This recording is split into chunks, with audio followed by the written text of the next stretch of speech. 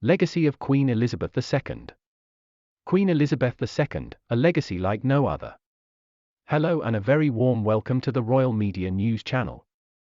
After inheriting the throne at just 25, Queen Elizabeth II gave a lifetime of service to the job, providing a bedrock of stability for the monarchy as the world shifted around her. Through 1,200 years of war, death and empire building, succession in the British monarchy has rarely been a straight line. The crown has zigged and zagged through 37 generations, landing on the heads of an anointed few.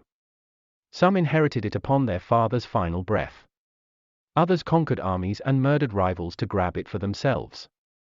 But for one little girl, that intricate crown of gold, ermine and 440 precious gems found its way to her through a royal scandal. Weighing 2.3 kilograms, St. Edward's crown was placed upon Queen Elizabeth II's head for a mere moment during an ancient ceremony that transformed her from Lilibet Windsor into the sovereign. The most sacred of Britain's treasures was then carefully packed away for her eventual successor. But every monarch bears the weight of that brief moment for the rest of their reign. Upon Elizabeth's shoulders, she carried her kingdom's hopes, her people's love, their imagination and their expectations. Sometimes she even bore their disappointment in her. But throughout her 7-decade reign, Elizabeth upheld the vow she once made as a young princess. My whole life, whether it be long or short, shall be devoted to your service. Her life was far longer than she perhaps expected. But her devotion never wavered, defying the expectations of her birth.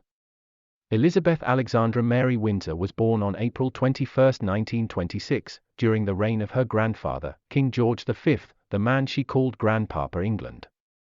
She was third in line to the throne, behind her uncle David and her own father, Albert, the Duke of York.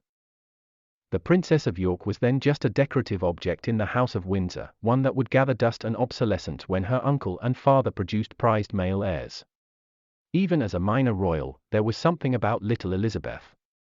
It was as if only the toddler herself knew what fate had conspired for her.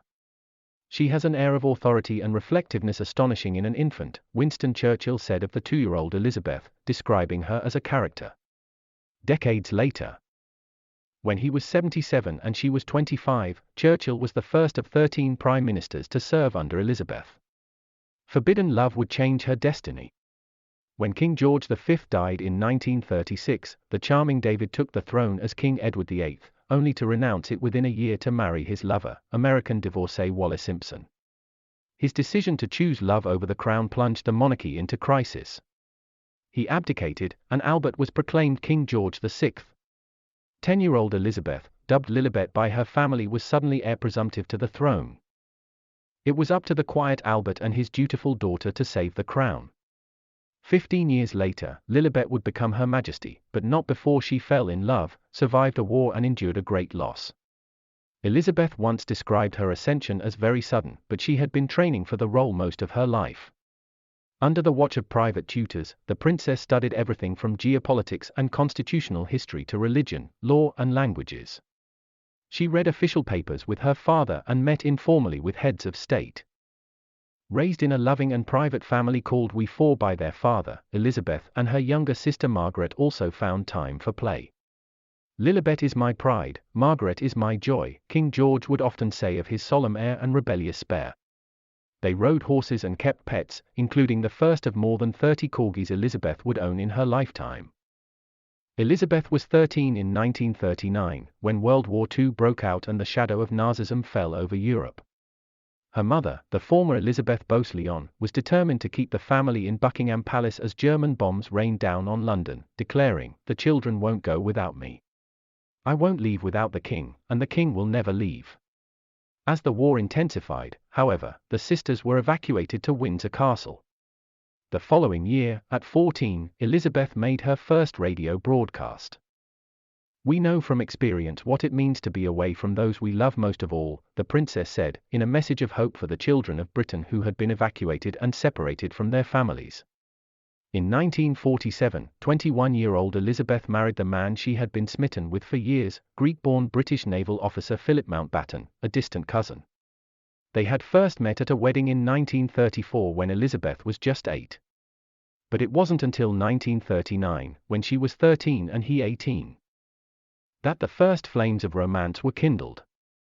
Philip, who said he had fallen in love completely and unreservedly, wooed the future queen through love letters. The pair were engaged in 1946, though that was kept secret until Elizabeth came of age in 1947. They were married in Westminster Abbey in November that year. Elizabeth was so popular with Britons that many donated their ration cards to help pay for the ivory satin to make her wedding dress. The wedding cake, which stood 2.7 meters high and weighed just more than 220 kilograms, was made with dried fruit donated by the Australian Girl Guides. Prince Philip cut the towering masterpiece with his sword, and one layer was sent back to Australia as a thank you. The pair were married for more than 73 years, and the Queen often spoke of Philip as her strength and stay. Their strong bond would be tested, but also help them through dark times, from the Annus Horribilis of 1992 to the death of Princess Diana 5 years later. From a princess to a queen. The year after the wedding, their first son Charles was born. Daughter Anne came 2 years later, in 1950. As newlyweds, Elizabeth and her husband spent time living in Malta, where Philip served in the Royal Navy. She immersed herself in shopping, sightseeing, picnicking and dancing the samba.